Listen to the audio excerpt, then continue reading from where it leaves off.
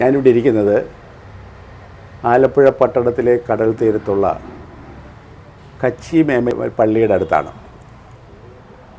ഇത് പുരാതനമായൊരു പള്ളിയാണ്. ഈ പള്ളിക്ക് ഒരുപാട് സവിശേഷതകളുള്ളതാണ്. ഇതൊക്കെ നമുക്ക് അറിയാം. അതിനെ ചോദിക്കാനായിട്ട് മൻസൂർ സേട്ട് എന്ന് ഈ പള്ളിയുടെ പ്രസിഡൻറ്റ്, അതിന് മുത്തവലി എന്നാണ് പറയുന്നത്, അദ്ദേഹമുണ്ട്. അദ്ദേഹത്തോട് നമുക്ക് ചോദിക്കാം. നമസ്കാരം മൻസൂർ സേട്ട്. അപ്പോൾ എനിക്ക് ചോദിക്കാനുള്ളത്, ഈ പള്ളി സ്ഥാപിതമായിട്ട് എത്ര വർഷമായി? എൻ്റെ ഒരു ഓർമ്മയിൽ ഒരു 280 വർഷത്തെ പഴക്കമാണ്. ഇതെന്താണ് ഈ കച്ചി പള്ളി എന്ന് പറയാനുള്ള കാര്യം എന്താണ്? അതായത് ഗുജറാത്തിൽ നിന്ന് കച്ചി സമുദായത്തിൽപ്പെട്ട ആൾക്കാർ സ്ഥാപിച്ച ഒരു പള്ളി. അതുകൊണ്ടാണ് കച്ചി മേമൻ നൂറാനി മസ്ജിദ് എന്ന് ഇതിന് പറയുന്നത് പേര്. ഈ കച്ചി പള്ളി എന്ന് പറയുമ്പോഴേ എങ്ങനെയാണ് നിങ്ങളിവിടെ എത്തിച്ചേർന്നത്? ഈ ഭാഗം ഇതിനകത്ത് ഇവിടെ ആലപ്പുഴ പട്ടണത്തിൽ എത്തിച്ചേർന്നതിന് എന്തെങ്കിലും ഒരു പൗരാണികത കാണുമല്ലോ, എന്തായിരിക്കും ഉള്ളത്? പണ്ടുള്ള ആൾക്കാർ കച്ചവട ആവശ്യമായിട്ട് ബന്ധപ്പെട്ട് ആലപ്പുഴയിലേക്ക് വന്നതാണ്. അപ്പോൾ ആ വന്നതുകൊണ്ടാണ് ഒരു സമുദായം തന്നെ ഇങ്ങോട്ടേക്ക് വരികയായിരുന്നു. അപ്പോൾ ആ സമുദായത്തിന് വേണ്ടി നിർമ്മിക്കപ്പെട്ട പള്ളിയാണ്. ഈ പള്ളിയുടെ കീഴിൽ ഈ പട്ടണത്തിൽ എത്ര കുടുംബങ്ങളുണ്ട്? ഏകദേശം ഒരു 168 കുടുംബങ്ങളുണ്ട്. ആ 168 കുടുംബങ്ങളിലെ പുരുഷന്മാരിവിടെ നിസ്കരിക്കാനായിട്ടൊക്കെ വരാറുണ്ട് അല്ലേ? തീർച്ചയായും. ഇത് കൂടാതെ പട്ടണത്തിൽ ഇതേ രീതിയിലുള്ള പള്ളി വേറെ ഉണ്ടോ? ആലപ്പുഴയിലില്ല. ഇല്ല. പിന്നെ എവിടെ ഉണ്ട്? പിന്നെ കൊച്ചിയിലുണ്ട്, പിന്നെ ഒരു തലശ്ശേരിയിൽ ഉണ്ട്, പിന്നെ ബോംബെയിലുണ്ട്. എനിക്ക് തോന്നുന്നു അവിടെയെല്ലാം ഈ പള്ളി വന്നത് കച്ചവട താല്പര്യം, വ്യാപാരത്തിന് വേണ്ടിയായിരിക്കും. അപ്പോൾ ആരാണ് നിങ്ങളിവിടെ എത്തിച്ചത്? ഇവർ രാജാ കേശവദാസ് ഇവിടെ ദിവാനായിരുന്നു. അദ്ദേഹത്തിൻ്റെ വിളിപ്രകാരമാണ് ഇവിടെ എല്ലാവരും എത്തിയത്. ബോംബെയിൽ നിന്നും. അപ്പോൾ എനിക്ക് തോന്നുന്നു അന്ന് ഈ തുറമുഖ പട്ടണം എന്നുള്ള നിലയിൽ വ്യാപാര ആവശ്യത്തിന് വേണ്ടിയിട്ടായിരുന്നു കൊണ്ടത് അല്ലേ? ഇത് എനിക്ക് തോന്നുന്നത് നിങ്ങൾ അറിയപ്പെടുന്നതൊക്കെ സേട്ടുമാരെന്നാണ് അല്ലേ? അതെ, സേട്ടുമാരെന്നാണ്. ഈ സേട്ടുമാരും നമ്മുടെ ഇവിടെയുള്ള മുസ്ലിമായി തമ്മിൽ ഈ വൈവാഹ ബന്ധത്തിൽ ഏർപ്പെടാറുണ്ടോ? പണ്ടില്ലായിരുന്നു, ഇപ്പം അത് തുടങ്ങിയിട്ടുണ്ട്. അനുവദനീയമാണ്. അപ്പോൾ ഞാൻ കേട്ടിട്ടുള്ളത് ഈ ഒരു സമുദായത്തിൽപ്പെട്ടുള്ള ഒരു മറ്റ് പിന്നെ മുസ്ലിം വിഭാഗത്തിൽ നമ്മുടെ ഇവിടുത്തെ മലബാറികളുമായിട്ട് വിവാഹം കഴിച്ചാൽ അതിൻ്റെ സ്ഥാനം നഷ്ടപ്പെടുമെന്ന് ഞാൻ കേട്ടിട്ടുണ്ട്. അങ്ങനെ എന്തെങ്കിലുമൊക്കെ ഉണ്ടായിരുന്നോ? അതെല്ലാം പണ്ടുണ്ടായിരുന്നു. ഇപ്പോഴതൊന്നുമില്ല. ഇപ്പോൾ കുറച്ചുകൂടെ ലിബറലായി ഇല്ലേ? താങ്കളുടെ വീട് എവിടെയാണ്? ഇവിടെ ആലപ്പുഴ തന്നെ. ഇവിടെ ആദ്യമായിട്ടാണോ ഇവിടെ ഈ മുത്തലവിയായിട്ട് വന്നിരിക്കുന്നത്? ഇത് രണ്ടാമത്തെ തവണയാണ്. വേറെ എവിടെ ഇരുന്നിട്ടുണ്ട്? അല്ല, അങ്ങനെയല്ല, ഈ പള്ളിയിൽ രണ്ടാമത്തെയാണ്. അപ്പോൾ ഈ കൊച്ചിയിലും തലശ്ശേരിയിലും എല്ലാം എത്തിയിട്ടുള്ളത് സ്വാഭാവികമായിട്ടും വ്യാപാര ആവശ്യത്തിന് വേണ്ടിയിട്ടായിരിക്കും വന്നിട്ടുള്ളത് അല്ലേ? നിങ്ങളാരെങ്കിലും നിങ്ങളുടെ മാതൃരാജ്യത്തേക്ക് പോയിട്ടുണ്ടോ? ഇടയ്ക്ക് ഒരു പ്രാവശ്യം പോകാറുണ്ട്. അതെവിടെയാണ് സ്ഥലം? ഞങ്ങളുടെ സ്ഥലം എന്ന് പറയുമ്പോഴത്തേക്കും മംഗലാപുരമാണ്. ഞാൻ ചോദിച്ചതല്ല, ഈ കച്ചിയിൽ, ഗുജറാത്തിലെ കച്ചിയിൽ പോകാറുണ്ട്. ഞങ്ങളുടെ പൂർവ്വരൊക്കെ പോകാറുണ്ടല്ലേ? നിങ്ങൾ ഇവിടെയുള്ള ആൾക്കാരൊക്കെ പോകാറുണ്ട്. കണക്ഷൻ ഇപ്പോൾ വലുതായിട്ടൊന്നും കണക്ഷനില്ല. അവിടെ ആരെങ്കിലും ഒക്കെ കാണുകയല്ലേ? നിങ്ങളുടെയൊക്കെ പിന്നെ ഉള്ളവരുണ്ടാവുമല്ലോ അല്ലേ? മൊത്തത്തിൽ ഈ ഒരു പള്ളിയുമായി ബന്ധപ്പെട്ട് വരുമ്പോൾ പ്രത്യേകിച്ച് വേറിട്ട അനുഭവം. ഇത് ഈ പള്ളി തന്നെ വേറിട്ടൊരു പള്ളിയാണ് അല്ലേ? പട്ടണത്തിൽ ഒട്ടനവധി മുസ്ലിം പള്ളികളുണ്ടെങ്കിലും മോസ്കുകളുണ്ടെങ്കിലും ഇത് വേറിട്ടൊരു പള്ളിയാണ്. സത്യത്തിൽ ഞാൻ ഈ ആലപ്പുഴ പട്ടണത്തിലുള്ള ഞാൻ ഈ പള്ളി കണ്ടിട്ടേ ഇല്ല. കച്ചിപ്പള്ളി എന്ന് കേട്ടിട്ടുണ്ട്. അപ്പോൾ ഇതുമായിട്ട് ബന്ധപ്പെട്ട് ഈ ഡോക്യുമെൻ്ററി എടുക്കാൻ വന്നപ്പോഴാണ് ഇങ്ങനൊരു പള്ളിയുള്ളത്. വളരെ മനോഹരമായിട്ട് ഈ പള്ളി മെയിൻറ്റെയിൻ ചെയ്തിട്ടുണ്ട്. അതിൽ പ്രത്യേകിച്ചൊരു അഭിനന്ദനം ഇതിൻ്റെ ഭാരവാഹികൾക്ക് അറിയാണ്. എന്തായാലും കുറച്ച് വിവരങ്ങളെങ്കിലും താങ്കളിൽ നിന്ന് കിട്ടിയതിൽ നന്ദി. നമസ്കാരം. താങ്കളുടെ പേരെന്താണ്? എൻ്റെ പേര് ഇബ്രാഹിം സേട്ട് എന്നാണ്. ഇബ്രാഹിം സേട്ട്, നമസ്കാരം. താങ്കൾ ഈ പള്ളിയുമായിട്ട് എങ്ങനെയാണ് ബന്ധപ്പെട്ടിരിക്കുന്നത്? ആസ് എ കച്ചി മേമൻ എന്നുള്ള രീതിയിൽ ഞാൻ ഈ പള്ളിയോട് ബന്ധപ്പെട്ടിരിക്കുകയാണ്. ഇതിൻ്റെ ഭാരവാഹികൾ ആരെങ്കിലും ആണോ? ഇതിൻ്റെ വെച്ചാൽ ഈ പള്ളി ആലപ്പുഴ കച്ചി മേമൻ ജമാഅത്ത്, നമ്മുടെ ഒരു ജമാഅത്തുണ്ട് ഞങ്ങൾക്ക്, കച്ചി മേമൻ ജമാഅത്ത്. ആ ജമാഅത്തിൻ്റെ അണ്ടറിലാണ് ഈ പള്ളി ഉള്ളത്. ഞാൻ ആ ജമാഅത്തിൻ്റെ പ്രസിഡൻ്റാണ്, കച്ചി മേമൻ ജമാഅത്തിൻ്റെ പ്രസിഡൻ്റാണ്. അപ്പം ഇതിൻ്റെ ഭരണസമിതി എന്ന് പറഞ്ഞാൽ ഒരു മുത്തവലി, സെക്രട്ടറി, 5 കമ്മിറ്റി അംഗങ്ങൾ, പ്രസിഡന്റ് എക്സ് ഒഫീഷ്യോ ആണ്. പ്രസിഡന്റും കൂടെ അറിഞ്ഞുകൊണ്ടാണ് ഈ പള്ളിയുടെ എന്ത് പ്രവർത്തനവും കാര്യങ്ങളൊക്കെ നടക്കുന്നത്. ആലപ്പുഴയിൽ ഏകദേശം ഞങ്ങളുടെ ഒരു 150-200 കുടുംബങ്ങൾ ഞങ്ങളുടെ കച്ചിക്കാരുണ്ട്. ഈ പള്ളിയെക്കുറിച്ച് പറയുമ്പോഴത്തേക്കും രാജാ കേശവദാസിൻ്റെ സമയത്ത് ഞങ്ങളുടെ പൂർവികർ എന്ന് പറഞ്ഞാൽ ഫ്രം കച്ച്, ഗുജറാത്തിലെ കച്ച് എന്ന് പറയുന്നത് എനിക്ക് തോന്നുന്നു ഗുജറാത്ത്, പാകിസ്ഥാനിലും ഇല്ലേ കച്ച്? അത് പാകിസ്ഥാൻ, ഇത് ഗുജറാത്തിൽ തന്നെ ഒരു കച്ചുണ്ട്. അപ്പൊ എനിക്ക് തോന്നുന്നത് വിഭവിച്ച സമയത്ത് രണ്ടായിട്ട് രണ്ടായിട്ട്. ഇത് കച്ച് എന്ന് പറഞ്ഞാല് നിയർ അബൌട്ട് അഹമ്മദാബാദിൽ നിന്ന് ഒരു 10-300 കിലോമീറ്റർ 400 കിലോമീറ്റർ ദൂരമാണ് ഈ കച്ച് എന്ന് പറയുന്നത്. ഒരു തുറമുഖ പട്ടണമാണ് കച്ച് എന്ന് പറയുന്നത്. ഇതിന്റെ ചരിത്രം ഇത് 250 അധികം വർഷം പഴക്കമുള്ളതായിട്ടാണ് ഇതിന്റെ ഇത് പറയുന്നത്. അത് പ്രത്യേകിച്ച് ഞങ്ങൾക്കൊക്കെ മനസ്സിലാക്കാൻ കാരണം എന്ന് വെച്ചാൽ ഇവിടെ മീസാൻ കല്ല് നമ്മൾ ഇവിടെ പറഞ്ഞിട്ടുള്ളത്.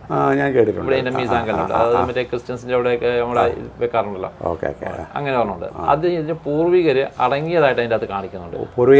പൂർവികർ ഈ പള്ളി നിർമ്മിച്ച ആൾക്കാർ ഇതിന്റെ അകത്ത് അടങ്ങിയതായിട്ട്. അപ്പൊ ഞാൻ ചോദിക്കുന്നത്, ഇത് പിന്നെ രാജാക്ക് വിശ്വദാസ് പറഞ്ഞാൽ തിരുവിതാംകൂർ രാജാവിന്റെ ദിവാനായിരുന്നു. അവരുടെ എന്തെങ്കിലും സഹായം ഇത് പണിയാനായിട്ട് കിട്ടിയിട്ടുണ്ട്? സ്ഥലമോ അങ്ങനെ എന്തെങ്കിലുമൊക്കെ തന്നു കാണുമല്ലോ അല്ലേ? അല്ല, തിരുവിതാംകൂർ രാജാവിന്റെ അതിന് അങ്ങനെയുള്ള സഹായങ്ങളൊന്നും കിട്ടിയിട്ടില്ല. ഈ കച്ച് എന്ന് പറയുന്നത് പിന്നെ തുറമുഖ പട്ടണമാണ്. ആലപ്പുഴ തുറമുഖ പട്ടണമായിരുന്നു അറിയപ്പെടുന്ന തുറമുഖ പട്ടണമായിരുന്നു. ഈ കച്ചിക്കാര് എല്ലാവരും മറ്റേ കച്ചവട താല്പര്യമുള്ളവരാണ്. എനിക്ക് തോന്നുന്നു ഗുജറാത്ത് തന്നെ മൊത്തത്തിൽ ഒരു കച്ചവട താല്പര്യം. അപ്പൊ അദ്ദേഹം രാജാ കേശവദാസ് ആ സമയത്ത് കച്ചിക്കാരെയും ഗുജറാത്തീസിനെയും ഇവിടെ ആലപ്പുഴയിലേക്ക്, കേരളത്തിലേക്ക് ക്ഷണിച്ചു. കച്ചവട ആവശ്യത്തിനുമായിട്ട് ബന്ധപ്പെട്ട് ക്ഷണിച്ചു എന്നാണ് ചരിത്രം പറയുന്നത്. അദ്ദേഹം അന്ന് അദ്ദേഹത്തിന്റെ ഒരു സ്മരണയായിട്ട് കൊടുത്തതാണ് നമ്മുടെ ഇവിടെ ഒരു വിളക്ക് മരം നിൽപ്പുണ്ട്. ഇവിടെ ആ ഫ്രണ്ടിലൊരു വിളക്ക് മരം നിൽപ്പുണ്ട് അവിടെ. അദ്ദേഹത്തിന്റെ സ്മരണയ്ക്ക് നിങ്ങൾ കൊടുത്താണ്? അദ്ദേഹം നമുക്ക് തന്നാണ്. അദ്ദേഹം നമുക്ക് തന്നാണ്. അത് ഈ അടുത്ത കാലം വരെ അതിന് മറ്റേ ഇലക്ട്രിസിറ്റിയും കാര്യങ്ങളൊക്കെ നമ്മുടെ ഇലക്ട്രിസിറ്റി ബോർഡിൽ നമ്മൾ ഫ്രീ ആയിട്ടാണ് നമുക്ക് അതിൽ കൊണ്ടായിരുന്നത്. പിന്നെ മാറി വന്ന കമ്മിറ്റി നോക്കിയപ്പോഴും വേണ്ട, അങ്ങനെ ഒരു ഇത് വേണ്ട, പള്ളിക്കുള്ള ഇതിനെ കൊടുക്കാന്നുള്ള രീതി വെച്ചിട്ടാണ് അത് നമ്മൾ വേണ്ടാന്ന് വെച്ചത്. വിളക്ക് മരം കാണാമല്ലോ. ഇതിന്റെ നിർമ്മാണം എന്ന് പറയുന്നത് ബോംബെ നിന്നും ഗുജറാത്തിൽ നിന്നും ഉരുവില് തടികൾ കൊണ്ടുവന്നിട്ട് ഒറ്റ തടിയിൽ ചെയ്ത കുറെ തൂണുകളൊക്കെ നമുക്ക് ഇതിനകത്ത് കാണാം. അതൊക്കെ ബഹുമാനയുടെ മുത്തലിം സെക്രട്ടറി നിങ്ങൾ അതിനോട് സഹായിക്കണം. അതൊക്കെ അങ്ങനെ ഒറ്റ തടിയിൽ കൊണ്ടുവന്ന് നിർമ്മിച്ച ഇതൊക്കെയാണിത്. പൗരാണികമായിട്ടുള്ള ഇതിൻ്റെ അത് ഞങ്ങൾ ചെയ്യുന്ന വേറെ ഒരു മെയിനൻസ് സമയാസമയങ്ങളിൽ വേണ്ട മെയിനൻസ് മാത്രമേ ചെയ്യുന്നുള്ളൂ. ആ രൂപഭംഗി നമ്മൾ അതേപോലെ നിലനിർത്തിക്കൊണ്ട് തന്നെയാണ് ഇത് കൊണ്ടുപോയിക്കൊണ്ടിരിക്കുന്നത്. പിന്നെ ഇതിനെക്കുറിച്ച് പറയാന്ന് വെച്ചാൽ ഇതിൻ്റെ ഒരു ചരിത്രം പറയുമ്പോഴത്തേക്കും നമ്മുടെ ബഹുമാനപ്പെട്ട മൺമറഞ്ഞ ഇബ്രാഹിം സുലൈമാൻ ex-MP അഖിലേന്ത്യാ പ്രസിഡന്റ് ആയിരുന്നു ഇബ്രാഹിം സുലൈമാൻ സേട്ട്. അദ്ദേഹം നമ്മുടെ അസോസിയേഷൻ ഇത് ഓൾ ഇന്ത്യ ബേസ് ആയിട്ടുള്ള ഓൾ വേൾഡ് ഉണ്ട്. കച്ചി മെമ്പേഴ്സ് ഓൾ വേൾഡ് ഉണ്ട്. അദ്ദേഹം നമ്മുടെ ഓൾ ഇന്ത്യയുടെ അഖിലേന്ത്യാ പ്രസിഡന്റ് ആയിരുന്നു വൺസ്. അദ്ദേഹം വന്നിട്ടാണ് നമ്മുടെ ഇവിടെ കച്ചി മെമ്പൻ ജമാഅത്ത് പറഞ്ഞ ഇവിടെ ഉണ്ട്. അതിന്റെ ഓഡിറ്ററിന്റെ ശിലാസ്ഥാപന കാര്യങ്ങളൊക്കെ നിർവഹിച്ചത് നമ്മുടെ സെക്രട്ടറി ബസാറിൽ തന്നെയാണ്. പിന്നെ GM ബനാത്ത് വാല, അദ്ദേഹം ex-MP, അദ്ദേഹം മുസ്ലിം ലീഗിന്റെ MP ആയിരുന്നു. അദ്ദേഹം നമ്മുടെ ഈ കച്ചി മെമ്പൻ ജമാഅത്തിന്റെ കച്ചി മേമനിൽപ്പെട്ട വ്യക്തിയാണ് അദ്ദേഹം. അദ്ദേഹം ഒരു സമയത്ത് നമ്മുടെ ഈ ജമാഅത്തിന്റെ പ്രസിഡന്റ് സെക്രട്ടറി ഒക്കെ ഇരുന്നിട്ടുണ്ട്. പിന്നെ ഇതിന്റെ കേരളത്തിൽ ഇപ്പൊ ഏറ്റവും കൂടുതൽ ആലപ്പുഴയിലായിരുന്നു ഓൾമോസ്റ്റ് കച്ചിക്കാരുണ്ടായിരുന്നത്. കാരണം അന്ന് തുറമുഖം ഇവിടെ ഉള്ളു, ആലപ്പുഴ കേരളത്തിൽ. പിന്നെ അത് കൊച്ചിയിലേക്ക് കുറെ മാറിയപ്പോഴത്തേക്കും കുറെ ആൾക്കാരൊക്കെ കൊച്ചിയിലേക്കൊക്കെ പോയിട്ടുണ്ട്. പിന്നെ കൊച്ചിയിലുണ്ട് അത്യാവശ്യം. കൊച്ചിയിൽ ആബാദ് ഗ്രൂപ്പ് എന്നൊക്കെ പറയുന്നത് കച്ചി മേമൻസ് ആണ്. അപ്പൊ നിങ്ങള് വന്നത് വ്യാപാരത്തിന് വേണ്ടിയിട്ടാണല്ലോ. എന്തൊക്കെ വ്യാപാരങ്ങളാണ് അന്ന് മറ്റേ കൂടുതൽ നമ്മൾ ഇതോടെ ബന്ധത് ആലപ്പുഴയിൽ മറ്റേ കുരുമുളക്, സ്പൈസസ്, അതായിരുന്നു ഇവിടെ കൂടുതൽ ചെയ്യുന്നത്. കൊപ്രായുമായിട്ട് എന്തോ കൊപ്രായ എന്ന് കഴിഞ്ഞാൽ കൊപ്രായ ഇവിടെ നമ്മൾ കയറ്റി അയക്കുന്നുണ്ടായിരുന്നു.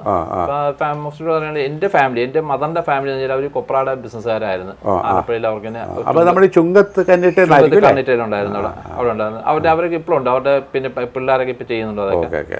അങ്ങനെ വലിയ പിന്നെ ഈ പള്ളിയുടെ വേറെ ഇത് ഹനഫി പള്ളിയാണ്. ഇത് ഹനഫി മീൻസ് കഴിഞ്ഞാൽ ഇവിടെ മുസ്ലിംസ് ഇപ്പൊ സാധാരണ മറ്റേ ഓർത്തഡോക്സ് അങ്ങനെയുള്ള കുറെ വിഭാഗം ഉണ്ട്. ക്രിസ്ത്യൻസ് അതേപോലെ പറയും മുസ്ലിംസ് നിങ്ങൾ ഇതിനകത്തൊരു സവർണ വിഭാഗം എന്ന് പറയാം അല്ലേ?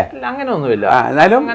ഓർത്തഡോക്സ് എന്നൊക്കെ പറഞ്ഞതിന്റെ അർത്ഥം അങ്ങനെ അവരങ്ങനെ ഉണ്ടല്ലോ എന്ന് ഞാൻ പറയാം. ഓർത്തഡോക്സ് ഉണ്ട്, കാത്തലിക്സ് ഉണ്ട്, അങ്ങനെയൊക്കെ ഉണ്ടല്ലോ.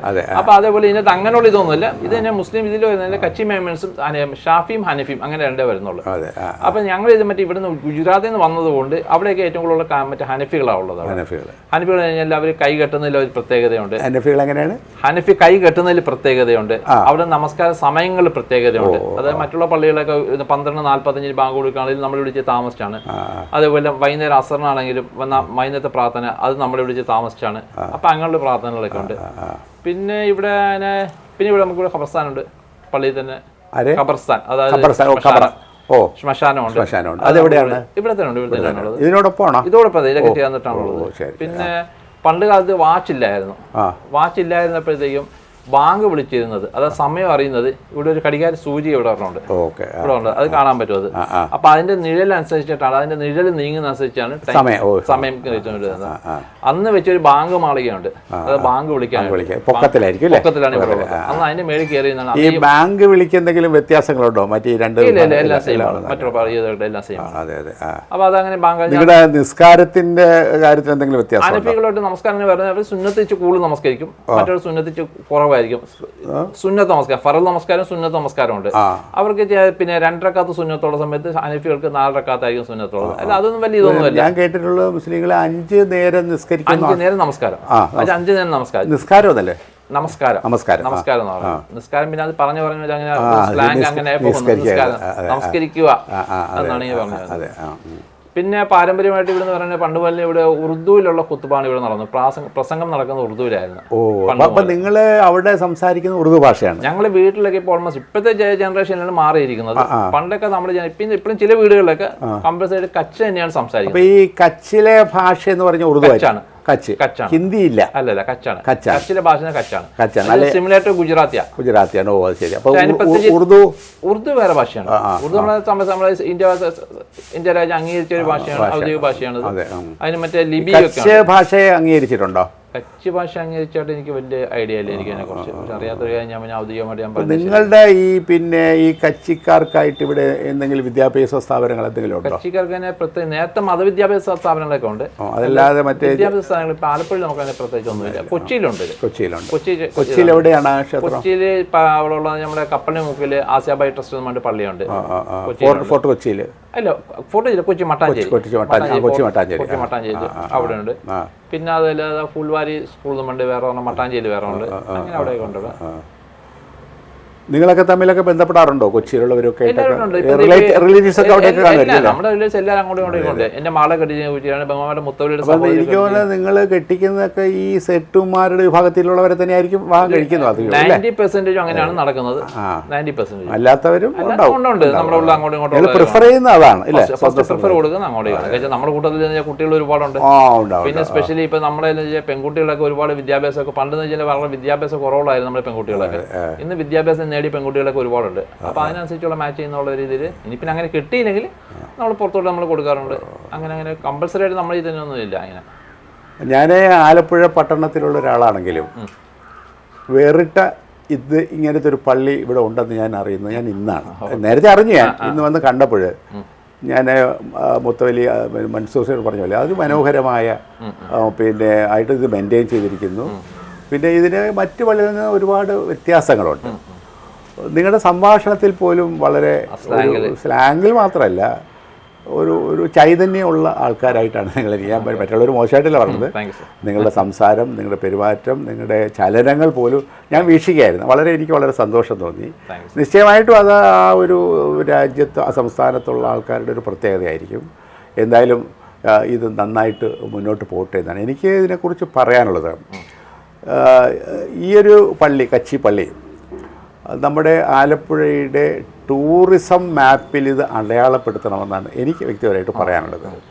അതുമാത്രമല്ല, ടൂറിസ്റ്റുകളെ ആകർഷിക്കണം. ടൂറിസ്റ്റുകൾക്ക് പോലും ഇങ്ങനെ ഒരു ഇപ്പം ഈ പട്ടണത്തിലുള്ള ഒരാളായ എനിക്ക് പോലും അറിഞ്ഞുകൂടെങ്കിൽ ആലപ്പുഴ കാണാൻ വരുന്ന ടൂറിസ്റ്റുകൾക്ക് കൂടി ഇത് കാണാനായിട്ട് അവസരം കൊടുക്കണം. അതിന് വേണ്ടുന്ന സാമ്പത്തികവും അതിന് മെയിൻ്റെനൻസിനുള്ള തുകയെല്ലാം സർക്കാർ കൊടുക്കണമെന്നാണ് എനിക്ക് പറയാനുള്ളത്. നിങ്ങളത് പറയുമോ പറയേണ്ടതാണോ എന്ന് എനിക്ക് അറിഞ്ഞൂടെ, എങ്കിലും ഇത് നിലനിർത്തണം. പിന്നെ ഈ പറഞ്ഞ ടൂറിസ്റ്റേഴ്സിനൊക്കെ എന്ന് വെച്ചാൽ മുസ്ലിമിന്റെ മതച്ചട്ടയിൽ നിന്നുകൊണ്ടുള്ള ആർക്കും ഇതിന്റെ അതൊന്ന് വീക്ഷിക്കാൻ കാണാലോ. അത് ഏത് സമയത്താണ് അതായത് നമ്മുടെ അതായത് മറ്റേ ഫോറിനേഴ്സിന്റെ മറ്റേ വസ്ത്രധാരണമൊക്കെയാണ് നമ്മൾ ഉദ്ദേശിക്കുന്നത്. ആ രീതിയിലുള്ള അല്ലാത്തത് മാന്യമായ വസ്ത്രവും കാര്യങ്ങളും പഠിച്ചുകൊണ്ട് അത് ആണുങ്ങളാണെങ്കിലും സ്ത്രീകളൊക്കെ വരാനുള്ള എല്ലാ മതസ്ഥർക്കും വന്നിട്ട് വീക്ഷിക്കുക. പള്ളിയിടത്ത് കയറാൻ കാലൊക്കെ കഴിയിട്ട് കയറാം. നിങ്ങളുടെ ആചാരം അനുസരിച്ച് ഒരു ഏരിയ ഒരു സ്ത്രീകൾക്കും കയറി കാണാം. ഇവിടെ വരാറുണ്ട്. മറ്റു പള്ളികളിൽ അങ്ങനെ സ്ത്രീകളെ കയറാറില്ല. മറ്റുള്ള പള്ളിയിൽ ഇപ്പോൾ അങ്ങനെ മാറ്റമുണ്ട്.